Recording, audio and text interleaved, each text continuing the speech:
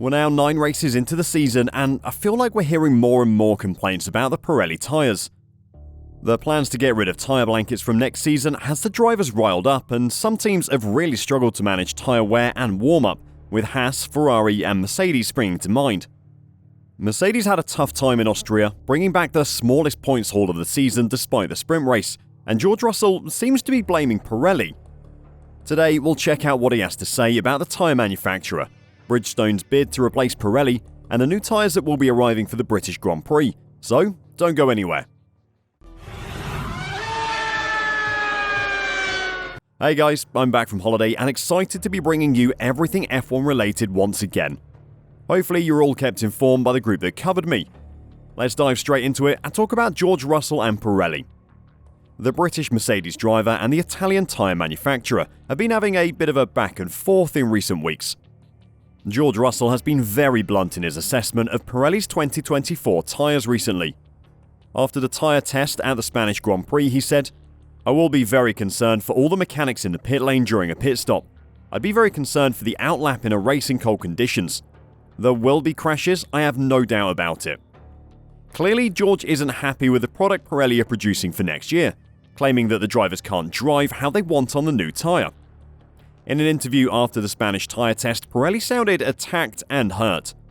They clearly weren't happy with George's comments and decided to shift the focus back onto the drivers, who seem unwilling to adapt. I'll pick a few choice lines from the very long interview to highlight Pirelli's comments. Yes, they are raceable. The first sector could be tricky, but apart from that, it's okay. Obviously, drivers need to think about the fact that not using the blankets is different than today, so they need to approach the outlap in a different way. I respect driver opinion, that's for sure, but obviously there will be differences compared to the old product and the current tyre management. I've read plenty of your comments about this subject on our videos, and the opinion seems to be split. Some of you think the drivers should adapt to the new tyres because that's what Formula 1 is about, making the most of ever-changing regulations. Some of you are on the driver's side, saying that if the new tyres are endangering drivers, then they shouldn't be used next season. And I can understand both arguments. No one wants to see drivers put in any greater risk than they already are, but they also need to understand that they are going to have to adapt their driving style to the ever-changing regulations of the sport. There is a midpoint to be found here, but until it is, it seems that the drivers, George especially, and Pirelli are going to continue butting heads. Mercedes have had a number of issues since the new technical regulations came in last season. Their struggles have been pretty much constant. The only reprieve for their fans has been Brazil last year and Spain this year. Last weekend's Austrian Grand Prix was definitely one of the lower points though. After a few races of promise thanks to the triumphant return of their side pods, the lowest points haul of the season has brought them right back down to earth, and appears to have put the brakes on Lewis Hamilton's new contract again. After the race around the Red Bull Ring, Russell decided to take a shot at Pirelli, perhaps out of frustration at his team's poor performance relative to how dominant they were right up until he joined their garage. Russell could only qualify 11th for the Grand Prix and 15th for the sprint in Austria, and said he'd had difficulty getting his tyres into their optimum operating window, placing the blame for his poor performance on Pirelli. Speaking to Sky Sports F1 after finishing 8th in the sprint, Russell spoke about the struggles that Mercedes have had in understanding the Pirelli tyres. "The tyres are the only thing on the car that we don't make ourselves," said Russell. "You're given a product and you can't even take that product back home with you to analyse or do your own testing with. Here's what you've got and deal with it. If we could take that tyre home and chop it up, the brilliant engineers would then probably be able to understand it more. But obviously Pirelli believe that's their secret recipe and want to keep hold of it. It makes it interesting, but it's equally very frustrating for everyone.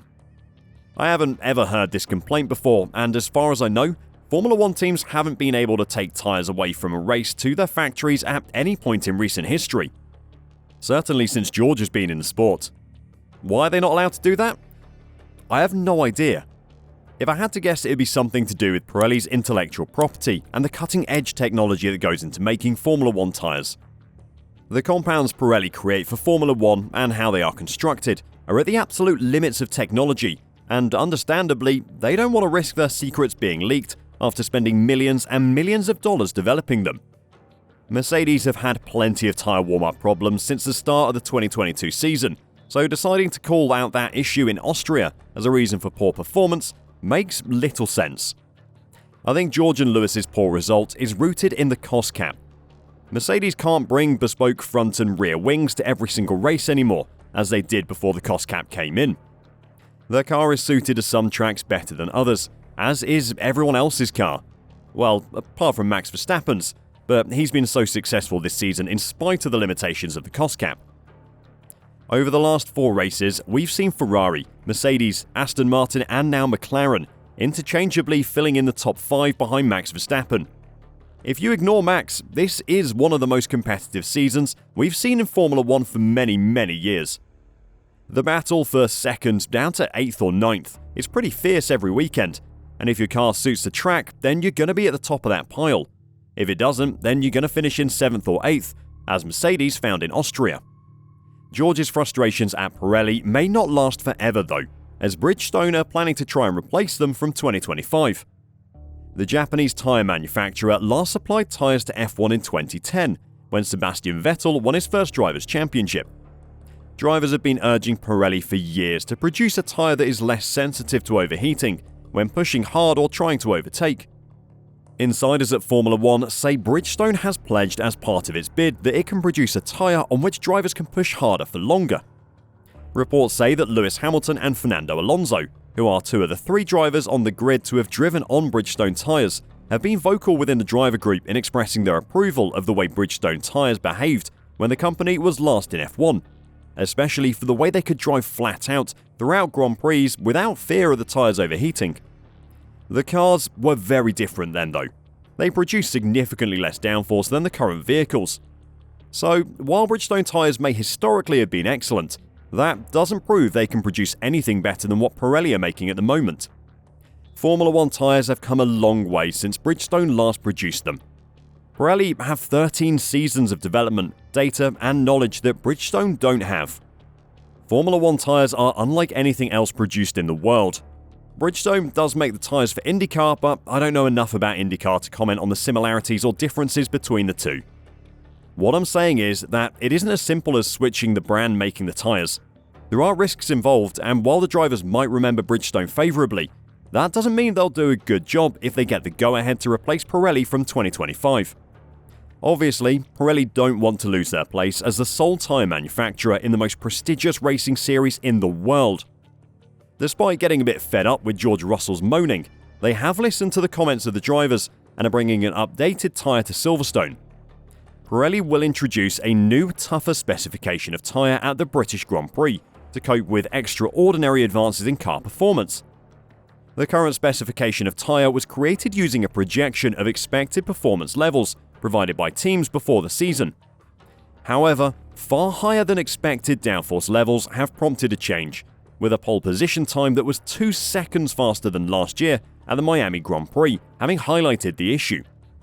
Pirelli's head of car racing and F1 Mario Azzola said, "We've seen how much more performance the 2023 cars have compared to last year throughout the opening races of this season. The new specification contains materials that we have already developed for 2024, which will make the tyres more resistant without affecting any of the other technical parameters or their behaviours on track. The new spec tyres will hopefully help the drivers push harder for longer, creating more overtaking opportunities and closer racing." The teams had a chance to test them in FP1 and 2 in Spain, but Silverstone will be the first test under race conditions. Let's hope they make a difference, and we can have a race just as exciting as last year's. Do you think Pirelli are to blame for Mercedes' bad weekend? And would you like to see Formula 1 take a risk with a switch to Bridgestone from 2025? Let me know what you think in the comments down below. And until next time, drive safe and bye for now.